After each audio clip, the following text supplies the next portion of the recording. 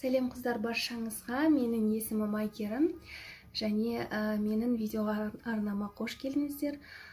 Бүгінгі алғашқы видеоблогым ол өзімнің күнделікті макияжым туралы болмақ. Сол себепті де егерде сізді сұлулық, жалпы макияж қызықтыратын болса, онда менімен бірге қалыңыздар. Дәл осындай күндізгі макияжды қалай бояу керек екенін мен сіздерге көрсететін боламын. Макияжға кіріспес бұрын бірінші кезекте бетімізді тазартып алуымыз қажет. Ол үшін мен Garnier мицеллярлы суын және мақта дискілерін қолданамын. Немесе егерде үйіңізде пенка болса, бетіңізді пенкамен жуып макияжға дайындасаңыз болады. Келесі кезекте бізде база жағылуы қажет. Менде француз бренді Embryolisse маркасының кремдері. Ол бірінші кезекте біздің бетімізді ылғалдандырады, яғни кейбір адамдардың беті құрғақ болуы мүмкін. Сол себепті де тоналды крем жақсы жағылу үшін және де бетімізді жаңағыдай алдын ала әжімдерден қорғау үшін осындай базаны жағуымыз қажет. NYX консилерін алып, ондағы қоңыр түсті біз көзіміздің астына жағамыз. Бастапқы кезде саусақпен жақса болады, кейінірек бьюти блендер арқылы немесе мендегідей Real Techniques спонж арқылы оны ақырында бастыға қарай жаямыз. Келесі кезекте бізде тоналды крем. Менде ол Art Visage маркасынан 202 номер. Орташа мөлшерде бетімізге тоналды кремді жағып алып, кейін спонждың көмегі арқылы біркелкі етіп жағамыз. Тағы айта кететін жайт, тоналды кремді тек қана бетке ғана жақпай, сонымен қатар оның кішкене қалдығы болса, оны мойынға жаққан дұрыс, себебі бет пен мойынның түсі екі түрлі болып қалмауы керек. Бетіміздің жылтырлығын және жабысқақтығын алып тастау үшін, тоналды кремді фиксировать ету үшін біз осындай Airspun пудрасын қолданамыз. Оны аз мөлшерде алып, видеодағыдай тәсілмен кисточканың көмегі арқылы бетімізге жағамыз.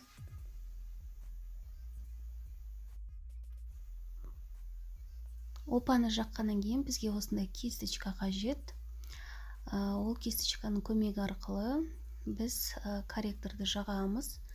Корректордың ортаңғы түсін алып, бетімізді арықтату мақсатында құлақтың жоғарғы жағынан бастап, ерінге екі саусақ жетпей, жаңағы косметиканы жағамыз. Жаққан кезде де жай ғана сызық ретінде сызбай, ол түсті жоғары қарай тартуымыз қажет. Сол кезде жаңағыдай баяу переход болып, өте әдемі көрінеді. Шекеміздің шетіне, одан кейін шашпен жалғанған бөлігіне, сонымен қатар жақтың астына да осы корректордан жағамыз. Қырмұрынды қыздарға керек емес, бірақ мен мұрнымды ұзарту мақсатында және сәл қырын шығару үшін осы корректорды мұрынның екі жағына қолданамын. Оны кәдімгідей видеодағыдай екі саусақты қолдану арқылы немесе кішкене растушевка жасау үшін кисточканы қолдану арқылы істеуге болады. Кезек хайлайтерда менде ол Goddess of Face оттенігінен Revolution маркасынан. Жалпы хайлайтерді біз мұрынның үстіне, одан кейін еріннің үстіне, қастың астына, көздің астына жағамыз. Адамды көрген кезде макияждан бірінші кезекте хайлайтер көзге түседі және хайлайтер ол жаңағыдай әдемі әсер береді адамды көрген кезде. Сол себепті де хайлайтерді жағуды ұмытпаңыздар. Қас адамның көркі дейміз, оны бояу үшін менде осындай арнайы BH Cosmetics'тың тенелері бар. Қасқа арналған. Ең бірінші қастың сыртын формасын сызып алып, кейінірек ішін осы теньдің көмегімен толтырамыз.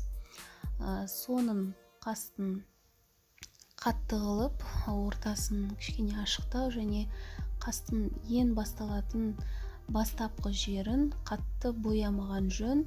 Тіпті соңында бояса да болады, себебі қасты бояу ережесі бойынша ең бастапқы жері ол ашық түс, ортасына қарай кішкене орташа түс, ал соңы қатты боялуы керек. Сол себепті де қастың басталатын жерін қатты етіп бояп қоймаңыздар. Консилердің көмегі арқылы біз қастың пішінін әдемілей түсеміз, яғни нақтылай түсеміз. Бұл консилер бізде өшіргіштің қызметін атқарады десе де болады.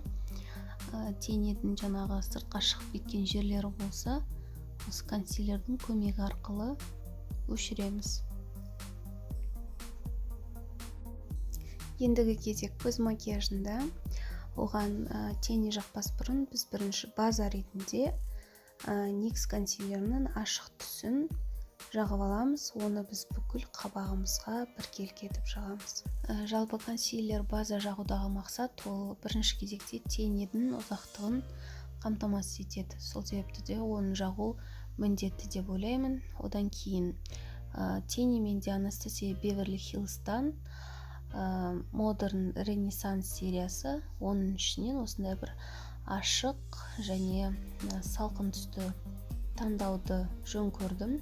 Себебі бізде макияж күндізгі және бұл жерде қоңыр, не болмаса қара түстерді қолдану міндетті емес.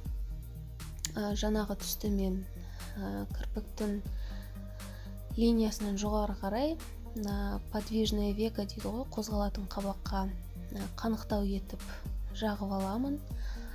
Кейінірек жоғары қарай ол түсті сәйкесінше кішкене азайту керек. Азайту үшін бізге кисточкадағы жағылған теньді бағанағы мақта дискіне сүрту арқылы біз кішкене түсін азайтамыз. Яғни бізде қозғалатын қабақ кішкене қанықтау болып, жоғары қарай ол түс ақырындап азая беру керек. Келесі кезекте біз фломастерді қолданамыз. Менде ол Flormar компаниясынан осындай фломастер подводка. Жалпы көзімізге подводканы жаққан кезде жаңағы астыңғы көздің сызығы жоғары қарай жалғасы ретінде жағылуы қажет.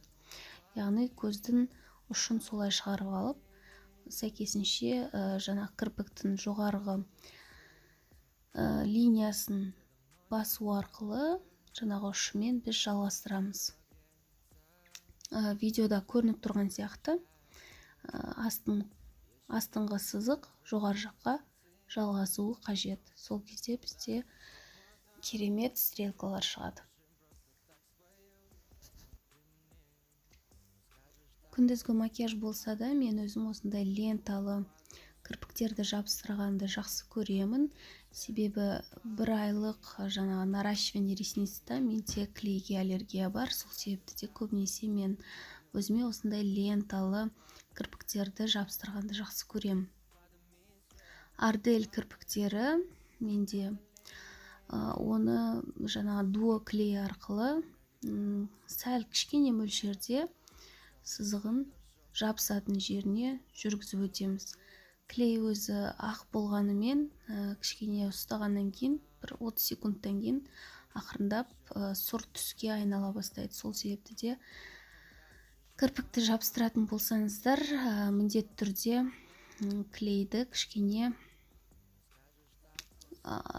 клей жабысу үшін сәл күту керек. Яғни кірпікке клейді жаққаннан кейін бір 30 секундтай ұстай тұруыңыз керек. Себебі клей өзінің жұмысын сол бірнеше секундтан кейін бастайтын болады. Сіздерге пинцетпен ыңғайлы шығар, бірақ мен өзім осындай ленточный кірпіктерді қолмен жабыстырып әбден үйреніп алғам. Ал енді соңында ернімізге тек қана помада жағу ғана қалды. Күндізгі макияж болғандықтан осындай ашық және күлгін түсті таңдадым.